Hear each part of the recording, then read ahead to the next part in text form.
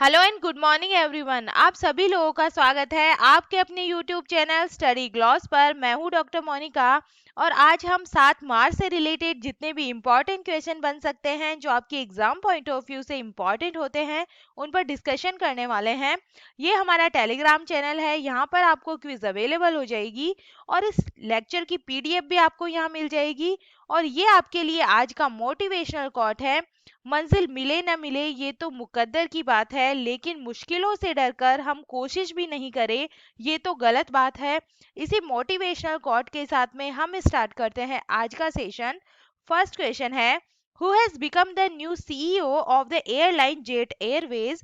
विमानन company jet Airways के नए सीईओ कौन बने हैं? तो ये बन गए हैं संजीव कपूर बन गए हैं। ए इसका करेक्ट आंसर होगा।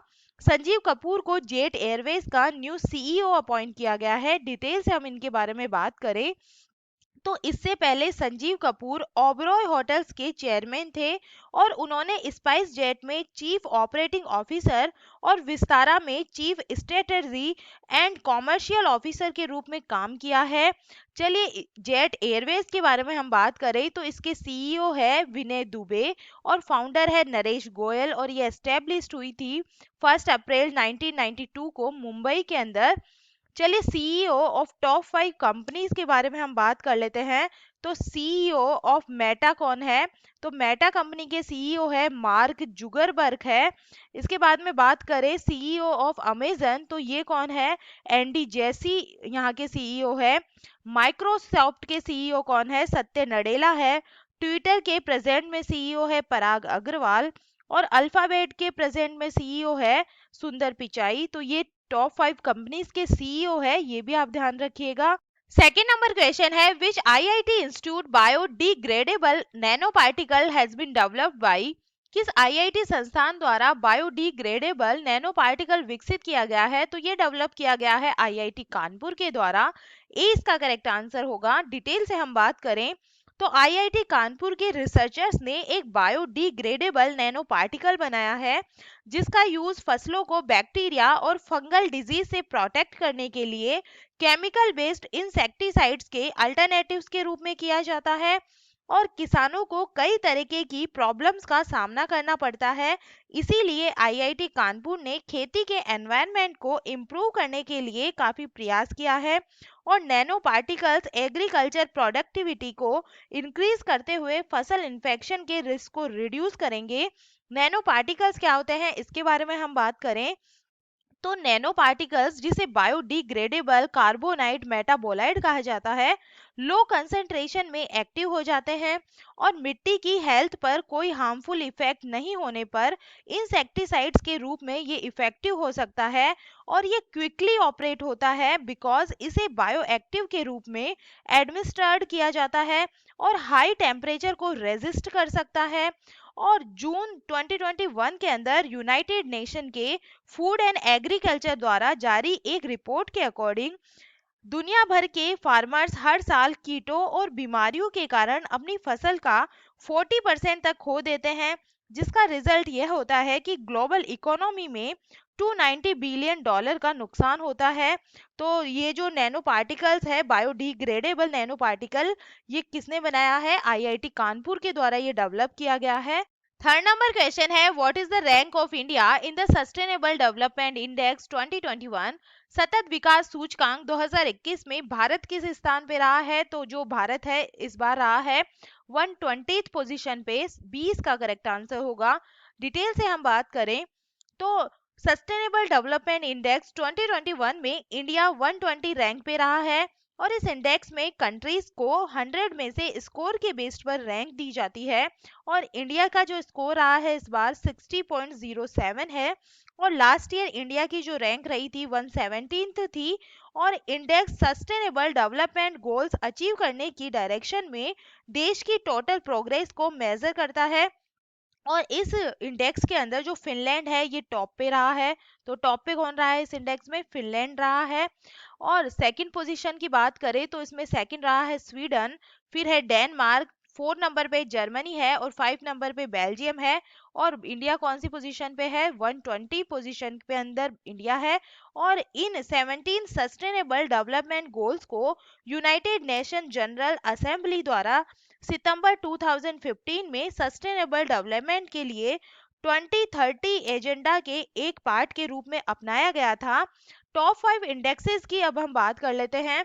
According to the report of World Gold Council, which country's central bank has topped in gold purchase in the year 2021? तो ये कौन सा बैंक रहा है? सेंट्रल बैंक ऑफ थाईलैंड रहा है। How many marks out of 100 did India get in the Global Digital Skill Index 2022 released by Salesforce? सेल्फोर्स द्वारा जारी ग्लोबल डिजिटल स्किल सूचकांक 2022 में भारत को 100 में से कितने जो स्कोर है ये हुआ है? तो भारत को ये मिले हैं इसके अंदर 63 जो मार्क्स है ये भारत को मिले हैं। According to the report release by Forbes, who become the richest person in Asia? तो ये कौन है? गौतम अडानी है। According to the report 2021, which state and union territory had the most attacks on journalists? तो ये कहाँ होते हैं? जम्मू एंड कश्मीर के अंदर मिला है। इंडिया प्रेस फ्रीडम रिपोर्ट के अकॉर्डिंग जो जर्नलिस्ट पर सबसे ज्यादा जो अटैक है ये कहाँ हुए हैं? जम्मू एंड कश्मीर के अंदर हुए हैं। According to the report of centre for monitoring Indian economy, how much unemployment rate was recorded in India in January 2022? तो ये कितने परसेंट है? 6.57% है। 4 नंबर क्वेश्चन है, when is national safety day 2022 celebrated? राष्ट्रीय सुरक्षा दिवस 2022 कब मनाया गया है? तो ये मनाया गया है 4 मार्च को। डी इसका करेक्ट आंसर होगा। नेशनल सेफ्टी डे हर साल 4 मार्च को इंडिया की नेशनल सिक्योरिटी काउंसिल की स्थापना के उपलक्ष्य के अंदर में मनाया जाता है। और इस दिन का एम है road safety, work place safety, human health safety और एनवायरमेंट सेफ्टी, सभी सेफ्टी प्रिंसिपल्स के बारे में अवेयरनेस इंक्रीज करना इस दिन का एम है। और 2022 में 51 नंबर का नेशनल सेफ्टी डे हमने मनाया है। और हर साल इस दिन को अलग थीम के साथ मनाते हैं। और इस साल नेशनल सिक्योरिटी काउंसिल ने इस बार की थीम रखी है nourishing young minds developing safety culture. इस बार की थीम रखी गई है युवा दिमागों का पोषण सुरक्षा संस्कृति विकसित करे, ये इस बार की थीम रखी गई है। और फर्स्ट नेशनल सेफ्टी डे 1972 में सेलिब्रेट किया गया था। और नेशनल सेफ्टी काउंसिल 4 मार्च 1966 को लेबर और एम्प्लॉयमेंट मिनिस्ट्री के द्वारा सेफ्टी, हेल्थ और एनवायरनमेंट के एरियाज में वॉलेंट्री रूटीन डेवलप करने के लिए की गई थी। तो जो नेशनल सेफ्टी डे है हम कब मनाते हैं? 4 मार्च को ये मनाया जाता है। चलिए टॉप 5 डेज के बारे में हम बात कर लेते हैं। International day of women and girls in science 2022 ये कब मनाया है हमने? 11 फरवरी को मनाया है। वर्ल्ड पल्सेस डे मनाया जाता है 10 फरवरी को। सेफ इंटरनेट डे हमने मनाया है 8 फरवरी को। International day of zero tolerance for women कब मनाया है हमने? 6 फरवरी को। International day of human fraternity तो ये मनाया है हमने 4 फरवरी को। ये टॉप 5 डेज थे जो हमने लास्ट मंथ के अंदर सेलिब्रेट किए हैं। 5 नंबर क्वेश्चन है, where will the 12th ICC women's world cup 2022 game be held? 12वें आईसीसी महिला विश्व कप 2022 खेल का आयोजन कहाँ होगा? तो ये होने वाला है न्यूजीलैंड के अंदर। 20 का करेक्ट आंसर होगा। डिटेल से हम बात करें तो ICC women's world cup 2022 New Zealand में 4 मार्च 2022 को स्टार्ट हो गया है। और ये 4 मार्च से 3 अप्रैल 2022 तक न्यूजीलैंड में होने वाले ICC women's cricket World Cup का ये 12वां एडिशन होने वाला है। और आईसीसी वुमेन्स वर्ल्ड कप 2022 का ओपनिंग मैच वेस्ट इंडीज और न्यूजीलैंड के बीच माउंट माउगानाउ में बे ओवल में हुआ था, जिसके अंदर वेस्ट इंडीज की टीम ने न्यूजीलैंड को 3 रन से हराया था। और फाइनल जो मैच है ये हैगले ओवल स्टेडियम में होने वाला है। और इसके अंदर टोटल जो 8 टीम है ये पार्टिसिपेट करने वाली है। ये है न्यूजीलैंड, ऑस्ट्रेलिया, इंग्लैंड, दक्षिण अफ्रीका, भारत, बांग्लादेश, पाकिस्तान और वेस्ट इंडीज इसके अंदर शामिल होने वाली है। चलिए टॉप 5 स्पोर्ट्स इवेंट्स के बारे में हम बात कर लेते हैं। Where was the Syed Modi international badminton tournament 2022 organised? तो ये कहाँ पे हुआ है? लखनऊ उत्तर प्रदेश के अंदर हुआ है। Which country is hosting the AFC women's football Asian Cup 2022? तो इसको कौन होस्ट करने वाला है? इंडिया होस्ट करने वाला है। और जो इसका आयोजन स्थल है ये नवी मुंबई और पुणे है और इस बार इसका 20th एडिशन है। Where is the 9th women's national ice hockey championship 2022 held? तो ये कहाँ पे हुआ है? हिमाचल प्रदेश के अंदर हुआ है। Which state will host the World Deep T20 Cricket Championship 2023 for the first time? तो ये कहाँ पे कौन ऑर्गेनाइज कराएगा? केरला के अंदर ये होने वाला है। Where is the under 19 cricket Asia Cup 2021 held? तो ये कहाँ पे हुआ है? यूएई के अंदर हुआ है, यूनाइटेड अरब अमीरात के अंदर। 6 नंबर क्वेश्चन है, which space agency has launch the latest generation satellite next generation GOES-T to monitor dangerous weather? खतरनाक मौसम पर नजर रखने के लिए नवीनतम पीढ़ी का उपग्रह नेक्स्ट जनरेशन गोस्टी को किस स्पेस एजेंसी ने लॉन्च किया है? तो ये लॉन्च किया गया है नासा यूएसए के द्वारा। ए इसका करेक्ट आंसर होगा। अमेरिका की स्पेस एजेंसी नासा ने Cape Canaveral Space Force Station Florida से 4 नेक्स्ट जनरेशन वेदर सैटेलाइट की एक सीरीज में थर्ड जियो स्टेशनरी ऑपरेशन एनवायरमेंटल सैटेलाइट को सक्सेसफुली लॉन्च किया है और इस सैटेलाइट का नाम रखा गया है गोस्टी। और एक बार ये सैटेलाइट अपनी जियो स्टेशनरी ऑर्बिट में प्लेस होने के बाद इसका जो नाम बदलकर गोस्टी से गोज 18 कर दिया जाएगा और वेस्टर्न हेमिस्फेयर में मौसम और हैजार्डियस एनवायरमेंटल कंडीशन का पूर्वानुमान लगाने के लिए नेशनल ओशनिक और एटमॉस्फेरिक एडमिनिस्ट्रेशन द्वारा गोस टी का यूज किया जाने वाला है। नासा की बात कर रहे हैं तो नासा के बारे में हम जान लेते हैं। NASA is a US space agency. इसका पूरा नाम क्या है? National aeronautics and space management इसकी फुल फॉर्म है और ये एस्टेब्लिश्ड हुआ था 29 जुलाई 1958 को। इसका हेडक्वार्टर वॉशिंगटन डीसी के अंदर है और इसके प्रेसिडेंट है बिल नेल्सन। और इसका मोटो क्या है? For the benefit of all इसका मोटो है। What is the name of NASA sun mission? तो इसका नाम क्या है? सनराइज इसका नाम है। NASA launched Messenger satellite to study is, ये कौन सा है? जो नासा ने किसके अध्ययन के लिए मैसेंजर सैटेलाइट को लॉन्च किया है? तो ये किया है जो मर्क्यूरी है, बुध की स्टडी के लिए इसको लॉन्च किया गया है। In which NASA mission did humans reach the moon for the first time? NASA के किस मिशन में पहली बार मनुष्य चंद्रमा पर पहुंचा था? तो ये कौन सा था? अपोलो। अपोलो जो प्रोग्राम था इसके थ्रू जो मनुष्य है ये चंद्रमा पर पहुंचा था। और मेरी डब्ल्यू जैक्सन के नाम पर किसके मुख्यालय का नाम रखा गया है?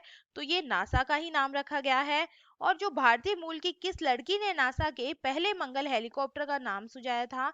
तो ये लड़की का नाम है वनीजा रूपानी। तो ये भी आप ध्यान रखिएगा। 7 नंबर क्वेश्चन है, who has launched a mobile showroom named Anubhav to increase the reach of its vehicle in rural area? ग्रामीण क्षेत्रों में अपनी गाड़ियों की पहुंच बढ़ाने के लिए अनुभव नाम से एक चलते फिरते शोरूम को किसने लॉन्च किया है? तो ये लॉन्च किया गया है टाटा मोटर्स के द्वारा। बी इसका करेक्ट आंसर होगा। टाटा मोटर्स ने रूरल एरिया में अपनी पहुंच बढ़ाकर और उन्हें घर तक कार खरीदने का अनुभव प्रदान करके रूरल कस्टमर्स को टारगेट करने के लिए अनुभव नाम से एक मोबाइल शोरूम को लॉन्च किया है। और टाटा मोटर्स रूरल इंडिया में Tata Motors brand awareness increase करने के लिए देश भर में टोटल 103 जो मोबाइल शोरूम्स ये बनाने वाली है। चलिए टाटा मोटर्स के बारे में हम बात करें। इसका हेडक्वार्टर मुंबई के अंदर है। फाउंडर है JRD टाटा और ये एस्टेब्लिश्ड हुआ था 1945 के अंदर मुंबई के अंदर। 8 नंबर क्वेश्चन है, in which state and union territory Herath महोत्सव इज सेलिब्रेटेड? हैरत महोत्सव किस राज्य और केंद्र शासित प्रदेश के अंदर मनाया जाता है? तो ये मनाया जाता है जम्मू एंड कश्मीर के अंदर। डी इसका करेक्ट आंसर होगा। डिटेल से हम इस फेस्टिवल के बारे में बात करें तो हैरत या हरा शिव की रात, जिसे आमतौर पर महाशिवरात्रि के रूप में जाना जाता है, जम्मू और कश्मीर में कश्मीरी पंडितों के द्वारा मनाए जाने वाला मुख्य त्योहार है। हैरत महोत्सव फरवरी और मार्च के बीच त्रयोदशी या फागुन के महीने के अंधेरे आधे के 13वें दिन ये मनाया जाता है। और कश्मीरी पंडित हिंदू देवताओं के सम्मान में अखरोट बांटकर त्योहार मनाते हैं। और शेष राष्ट्र चतुर्दशी या फागुन की 14 तारीख को महाशिवरात्रि मनाते हैं। चलिए festival of Jammu and Kashmir के बारे में बात कर लेते हैं। जो दोस्त मोचे फेस्टिवल है ये जम्मू कश्मीर का है। Hemis festival, Kachhot festival, tulip festival, Spituk Gustor festival, Har Navami और जो बाहु मेला है ये फेस्टिवल ऑफ जम्मू कश्मीर है। चलिए टॉप 5 फेस्टिवल्स के बारे में हम बात करें। Where was the world famous Khajuraho dance festival 2022 organise, तो ये कहाँ पे मनाया जाता है? मध्य प्रदेश के अंदर। Where was the world famous Maru festival कहाँ पे मनाया जाता है? जैसलमेर राजस्थान के अंदर। Kachhot festival was celebrated in which state and union territory, तो ये भी जम्मू कश्मीर के अंदर मनाया जाता है। Where was the Torgya festival 2022 celebrated, तो ये अरुणाचल प्रदेश के अंदर मनाया जाता है। और जो स्पीतु गस्टर जो फेस्टिवल है ये लद्दाख के अंदर मनाया जाता है। 9 नंबर क्वेश्चन है, who has become the centre in the brand ambassador of Bharti AXA Life Insurance, Bharatiya AXA Life Insurance के ब्रांड में एम्बेसडर कौन बनी है? तो ये बन गई है विद्या बालन। 20 का करेक्ट आंसर होगा। डिटेल से हम बात करें तो भारतीय एक्सा लाइफ इंश्योरेंस ने national award winning actresses Vidya Balan को अपना ब्रांड एम्बेसडर अपॉइंट किया है और वह ब्रांड एम्बेसडर के रूप में भारतीय एक्सा लाइफ इंश्योरेंस के hashtag do the smart thing champion को प्रमोट करने में हेल्प करने वाली है। और भारतीय एक्सा लाइफ इंश्योरेंस इंडिया के लीडिंग बिजनेस ग्रुप भारतीय और फाइनेंशियल सिक्योरिटी और एसेट मैनेजमेंट में दुनिया के लीडिंग ऑर्गेनाइजेशन में से एक एक्सा का जॉइंट वेंचर है। भारतीय एक्सा लाइफ इंश्योरेंस की बात करें तो इसके एमडी एंड सीईओ कौन है? पराग राजा है और ये 2007 में एस्टेब्लिश्ड हुई थी और पेरेंट ऑर्गेनाइजेशन है भारतीय एंटरप्राइजेस। टॉप ब्रांड एम्बेसडर्स की अब हम बात कर लेते हैं। डिश टीवी के ब्रांड एम्बेसडर कौन बने हैं? ऋषभ पंत बने हैं। Khadi and handicraft of Bihar, तो ये बने हैं मनोज तिवारी। बेटी बचाओ बेटी पढ़ाओ स्कीम के ब्रांड एम्बेसडर कौन बनी है?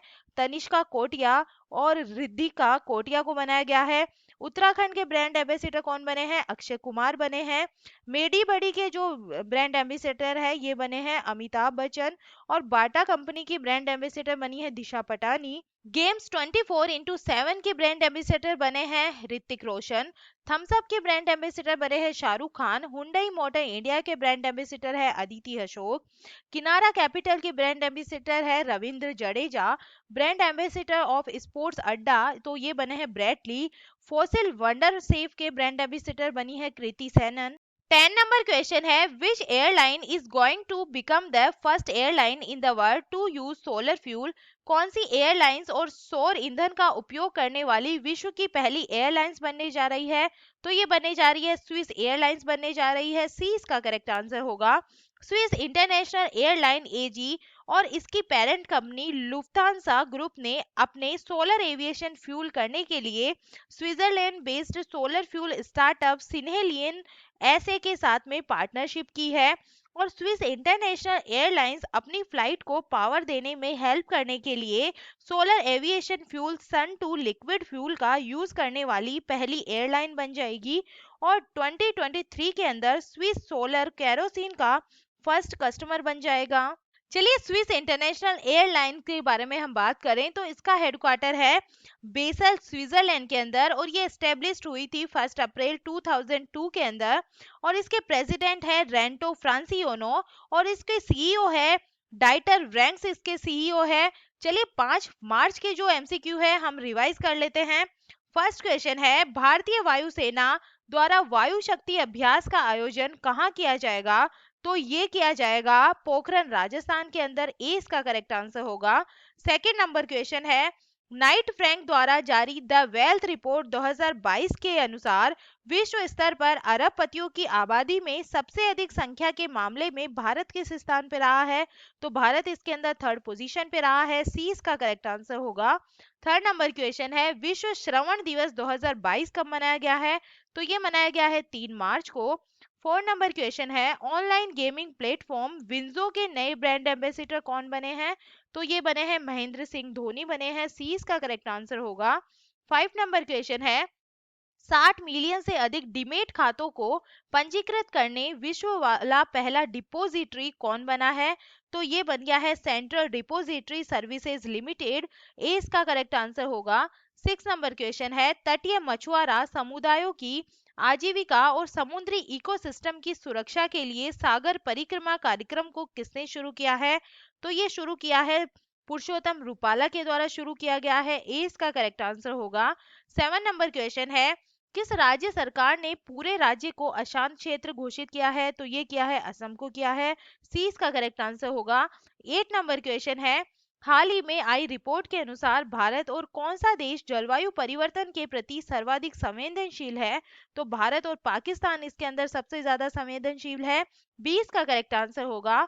9 नंबर क्वेश्चन है, यशराज फिल्म्स के नए सीईओ कौन बने हैं? तो ये बन गए हैं अक्षय विधानी बन गए हैं। सी इसका करेक्ट आंसर होगा। 10 नंबर क्वेश्चन है, हाल ही में विश्व बैंक ने अपने किस भारत प्रमुख को मीगा का उपाध्यक्ष नियुक्त किया गया है? तो ये किया है जुनेद कमाल अहमद को किया गया है। सी इसका करेक्ट आंसर होगा। और ये था कल का study gloss question. A little book of India पुस्तक को किसने लिखा है? तो ये लिखा गया है रस्किन बॉन्ड के द्वारा। 20 का करेक्ट आंसर होगा। और ये है आज का आपके लिए स्टडी ग्लॉस क्वेश्चन, किस राज्य सरकार ने रतन टाटा को अपना सर्वोच्च नागरिक सम्मान प्रदान किया है? तो इसका आंसर आप मुझे कमेंट सेक्शन में दीजिएगा। आप सभी ने क्वेश्चन का आंसर करेक्ट दिया है। और ये हमारा टेलीग्राम चैनल है, यहाँ पर आपको क्विज अवेलेबल हो जाएगी और इस लेक्चर की पीडीएफ भी आपको यहाँ मिल जाएगी। अगर आपको सेशन पसंद आ रहा है तो आप इसे लाइक कीजिए, अपने दोस्तों के साथ में शेयर कीजिएगा। तो चलिए मिलते हैं एक नए सेशन के साथ में। Thank you.